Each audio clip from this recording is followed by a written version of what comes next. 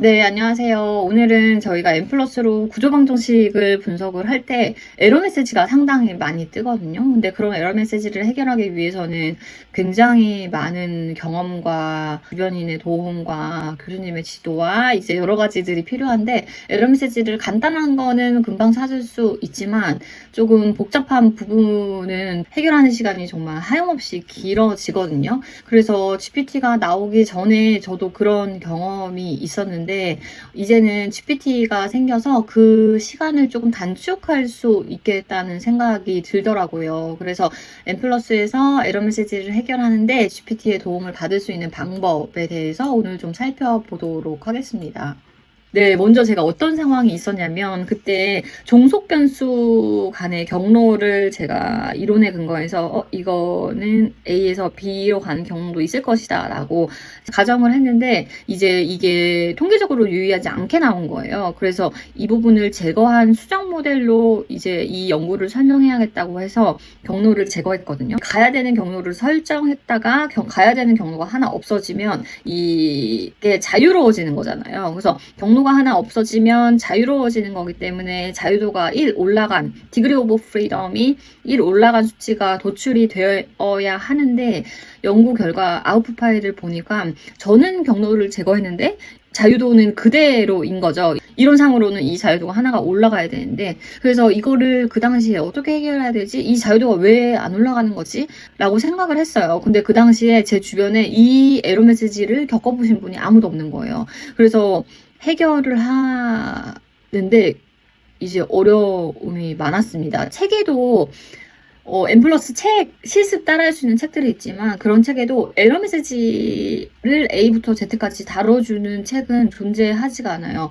왜냐하면 사람들마다 설정한 연구 모델이 다르고, 그리고 그 연구 모델을 구문을 짜는데 사람마다 어떤 부분에서 실수를 하는지, 어떤 부분에서 뭐가 잘못됐는지, 그 모든 것을 책에 담기란 굉장히 어려운 일이거든요. 그래서 내가 어떤 에러 메시지를 겪었지만 그 에러 메시지를 모든 사람들이 다 겪은 거는 아니에요. 이 시중에 있는 이제 실습을 따라할 수 있는 책에 에러 메시지, 나의 에러 메시지를 해결하는 방법을 그 책에서 알려주지가 않거든요. 제 그때 문제 같은 경우도 제가 그래서 며칠 동안 굉장히 힘들었는데, 결국은 어떻게 했냐면 M+ 홈페이지에 갔어요. M+ 홈페이지에 가면 디스커션 파트가 있습니다. 그래서 그 디스커션 파트에서 그동안 사람들이 자기의 문제를 가지고 M+에서 에러 메시지가 났는데 해결이 안 됐을 때 이걸 어떻게 해야 되는지를 이제 논의를 한 이제 게시판이에요. 거기서 저와 유사한 문제가 있는지 확인을 했죠. 그래서 몇 개 유사한 포인트를 확인을 하긴 했는데, 그래도 정확히 이해가 안 되고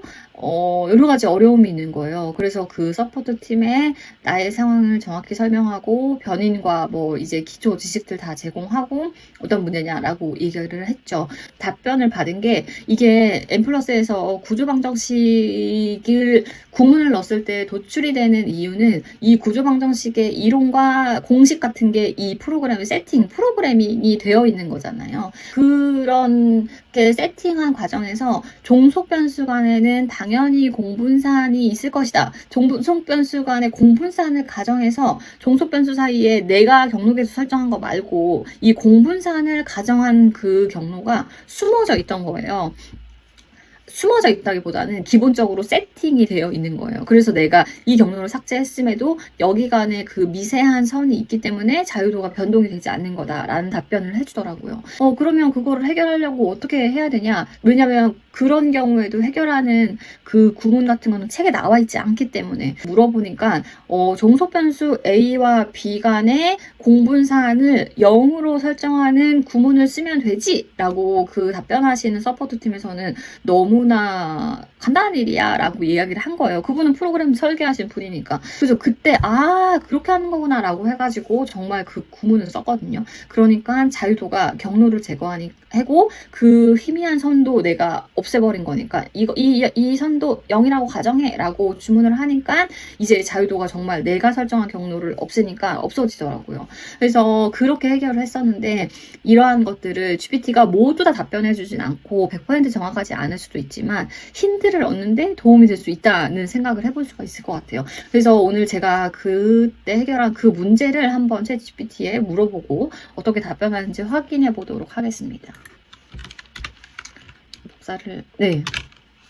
그래서 자세히 한번 써봤어요. 엠플러스에서 구조방식 분석하고 있어요. 종속변수 간의 경로를 설정했는데 유의하지 게 나오지 않아서 제외하고 한번 돌려보려고 합니다. 근데 자유도가 늘어나지 않아요. 왜 그렇죠? 제 거에서 종속 변수는 경력 만족과 과업성과 CS랑 TP라는 변인입니다.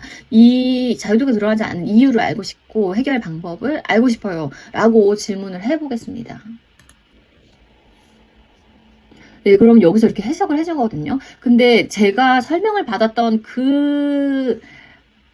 답변과 정확하게 여기서 답변을 해주거든요.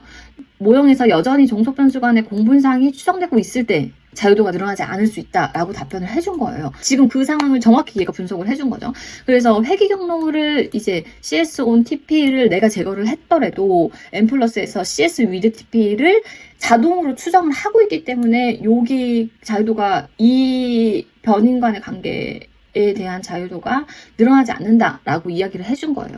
그래서 그렇게 이야기를 하고 그 다음에 이제 해결 방법을 보면 여기처럼 at이랑 CS with TP에서 at 제로 이 둘의 관계가 제로이다 라고 이렇게 설정을 아예 픽스 해가지고 설정을 해주라는 거죠. 그래서 이렇게 하면 CS랑 TP가 공분산 추정을 하지 않겠다는 의미이므로 이것까지 하게 종속 변수 간의 관계를 제거하시는 분들은 이 공분산 추정도 하지 않겠다는 것까지 해 놓으셔야지 자유도가 1이 증가를 하게 됩니다. 그래서 그 다음에 여기서 이제 어떤 파라미터들이 추정되고 있는지, 자유도를 소모하고 있는지, 뭐 샘플 스태티스틱스랑 스탠다이즈드 이런 거를 통해서 더 알 수 있다라고 이제 추가적인 설명까지 해주는 거거든요. 보시면 이렇게 답변을 해주는데 이런 걸 받았으면 제가 이거를 이제 구조방정식에서 한번 해볼 수가 있는 거죠. 이 도움이 있고 없고는 정말 차이가 많이 나는 것 같아요. 이제 챗GPT가 없었을 때 이걸로 진짜 며칠 골머리를 앓고 끝내는 어떻게 생각을 했냐면 이것은 M 플러스의 잘못이다. 내가 정말 정확하게 했는데 이렇게 자유도가 올라가지 않는 건 이거 시스템의 잘못인 것 같다 라고까지 생각을 하게 되는데 제가 몰랐던 그 이면이 더 엄청 많은 거죠. 그래서 그런 것들을 이해할 때 챗GPT가 힌트를 줄 수 있다는 포인트를 같이 생각해 보시면 될 것 같아요. 그래서 저는 이 문제를 이렇게 해결했었는데 근데 중요한 포인트는 챗GPT가 정답을 얘기하지 않을 때도 있거든요. 여기서 제가 이거 아니잖아 그러면은 아 맞습니다 이게 아니네요 하면서 또 다른 추론을 이렇게 보여줘요. 그래서 그런 포인트가 있기 때문에 일단 이거를 이렇게 조언으로 받아들이되 이게 근데 구조방정식을 만약에 내가 돌린다 그러면은 구조방정식의 뭐 설정 근거 기본적으로 만족해야 되는 뭐 조건들 이런 거를 침해하지는 않은지 그런 거를 또 한번 이렇게 살펴보실 필요는 있어요. 그래서 해결 방법을 이쪽에서 받는다 그러면 M 플러스에서 내가 그거를 시도를 해보고 만약에 자유도가 올라갔어. 내 문제가 그거였는데 자유도가 진짜 올라갔어. 그러면은 그러면 이거를 한번 검증을 해봐야겠다. 문제 해결됐네. 그러면은 좋은 방법이 될 수 있을 것 같은데 그래도 검증해봐야지 하면서 동료 연구자분들이랑 이런 일이 있어가지고 이렇게 해결했는데 여기에 내가 놓친 게 있을까? 뭐 이렇게 논의를 해봐도 되고 지도 교수님께도 상황을 이렇게 보고 드리고 논의하실 필요가 있는 것 같아요. 그러면 지도 교수님도 맞아. 그거 그렇게 해결하는 게 이론적으로 맞지. 라고 해주실 수도 있고 근데 이거는 어떤 원리를 위배해서 이렇게 하면은 조금 어려움이 있을 것 같은데 이론적으로 말이 안 되는 것 같은데 라고 하면은 그 부분에 대해서 또 해결을 하기 위해서 교수님이랑 고민해보고 저 개인적으로도 고민해보고 하는 거죠. 방법이 한 가지가 더 있는데 M 플러스 홈페이지에 들어가세요. M 플러스 홈페이지 들어가셔서 거기에 유저 가이드가 있거든요. 그래서 유저 가이드 그러니까 매뉴얼 쉽게 말하면 그 M 플러스를 사용하는 매뉴얼인데 매뉴얼을 들어가셔가지고 이런 거를 쳐보세요. 만약에 뭐 제로에 대해서 이거를 검색어 해보시면 이거에 대해서 설명 나오는 부분이 있을 텐데 그 부분에 대해서 여기 원리를 조금 이해하실 필요가 있고 만약에 매뉴얼에 나오지 않는다면 디스커션 부분에 내가 이런 문제가 있고 이거를 해결했는데 이렇게 해결하면 뭐 문제가 없는 걸까라고 하고 저 해결책을 받았는데도 또 에러 메시지가 나온다. 그럼 그거 갖다가 또 디스커션 그 게시판에 가서 논의를 하시는 방법도 있겠죠. 그래서 여튼 챗GPT한테 힌트를 얻을 수 있다. 우리가 시중에 나와 있는 책은 CFA를 분석하는 방법 경로계수 때 어떤 뭐 O는 무슨 의미인지 바이는 무슨 의미인지 그리고 매개 효과 추스펜은 어떻게 돌려야 되는지 몇 번 돌리는 거는 어떤 구문을 쓰는지 이런 게 책에 잘 나와 있어요. 그래서 그대로 따라하면 되지만 문제는 그게 그렇게 수월하게 흘러가지 않는다는 데 있거든요. 보시면 만약에 예를 들면 제가 만약에 여기가 지금 세미콜론이에요. 세미콜론 해야 되는데 제가 콜론으로 쳤어요. 이렇게 했는데 에러 메시지가 나왔어요. 어떻게 할까요?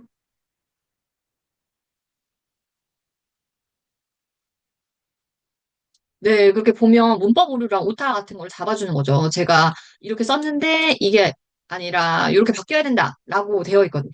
그래서 이런 식으로 가능한 해결 방법을 다 제시를 해주기 때문에 그 부분에 있어서 조금 도움을 받아볼 수가 있겠다는 포인트를 말씀드릴 수가 있을 것 같습니다. 감사합니다.